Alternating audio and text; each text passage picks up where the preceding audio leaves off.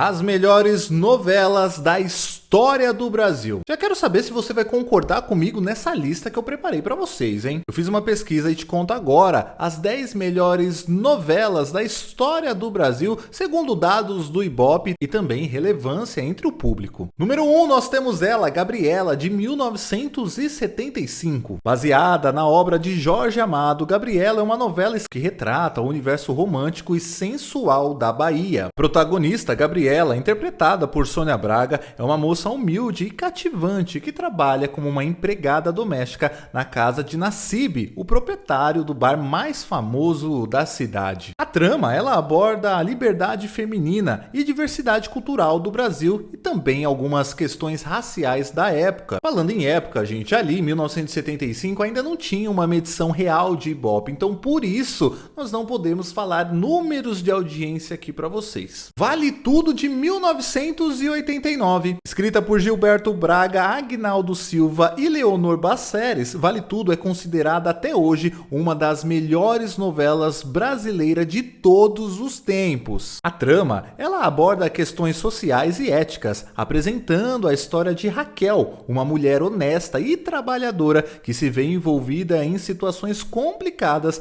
após perder todo o seu dinheiro em um investimento. A sua média geral no Ibope foi de 56 pontos. No dia da morte da mais famosa e icônica vilã de novelas Odete Roitman, Vale Tudo atingiu uma pontuação de 81 pontos. Tieta, de 1990. Escrita por Agnaldo Silva e Ana Maria, Tieta é uma adaptação dramatúrgica do livro de Jorge Amado. A novela, ela apresenta a história de Tieta, que foi interpretada por Beth Faria, maravilhosa. Uma mulher que volta à cidade natal após 26 anos de ausência.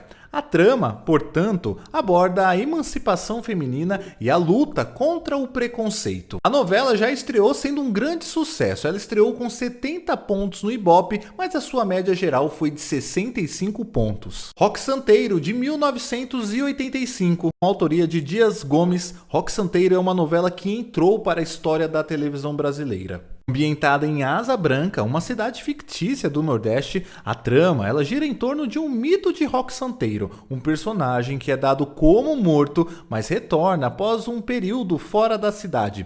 O sucesso de Roque Santeiro foi tanto que, apesar do seu autor ter sido censurado na versão original de 1970, a trama foi reescrita e exibida com enorme êxito na década de 1980. No último capítulo, a novela marcou 96 pontos no método flagrante, com picos de 100. Um sucesso absoluto. Pantanal, de 1990, ocupa a nossa quinta posição. Escrita por Benedito Rui Barbosa, Pantanal é uma novela que trouxe uma proposta inovadora ao abordar pela primeira vez a região pantaneira em telenovelas brasileiras. A história envolvente se desenrola no contexto da fazenda de José Leôncio e suas terras selvagens e exuberantes. A protagonista, Juma Marruá, interpretada na época por Cristiana Oliveira, se destacou como uma personagem emblemática para a teledramaturgia brasileira. Apesar da estreia bem tímida, com míseros 7 pontos nas semanas seguintes, Pantanal fez a manchete simplesmente explodir, garantindo 30 pontos de audiência para a principal concorrente da TV Globo. O Rei do Gado, de 1996, ocupa a sexta colocação. Rei do Gado foi uma novela brasileira exibida originalmente em 96 pela TV Globo. Ela foi escrita também por Benedito Rui Barbosa. A trama se destaca como uma das mais marcantes e populares da teledramaturgia brasileira.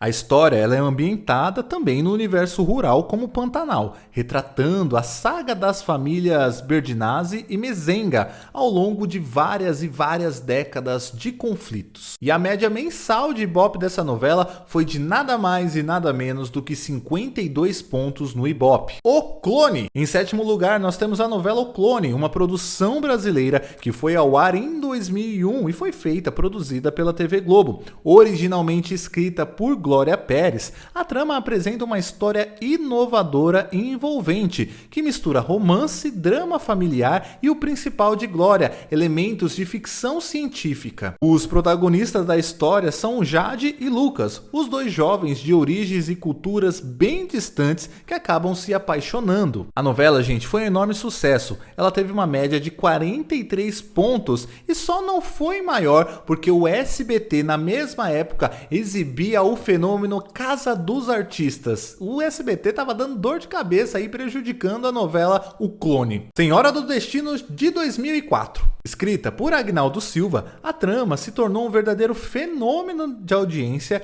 e se consagrou como uma das novelas mais populares e aclamadas da história da teledramaturgia brasileira. Olha, a história central da novela ela gira em torno de Maria do Carmo, que é interpretada por Suzana Vieira, uma mulher batalhadora e de grande caráter que é injustamente separada da sua filha recém-nascida ao dar à luz.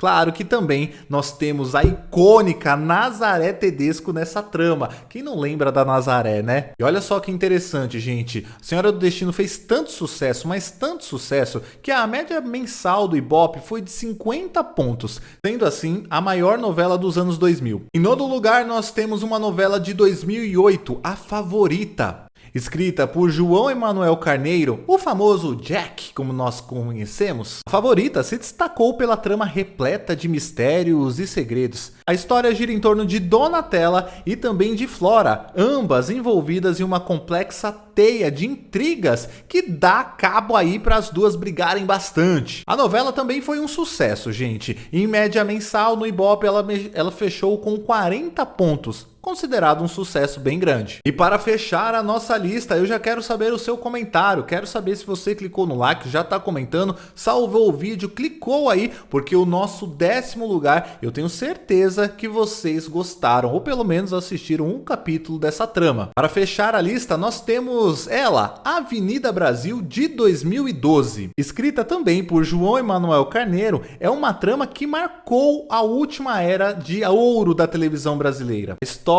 de Avenida Brasil gira em torno de Nina, uma jovem que busca vingança contra a vilã Carminha por tê-la abandonado em um lixão quando era criança. Olha, gente, essa talvez foi a última novela que simplesmente parou o Brasil em seu último capítulo. Lá no último capítulo, em que realmente estava todo mundo assistindo, a Globo registrou 52 pontos no Ibope. E fechamos a lista aí com as maiores novelas, quando o assunto é Ibope, pontos no Ibope e relevância entre o público.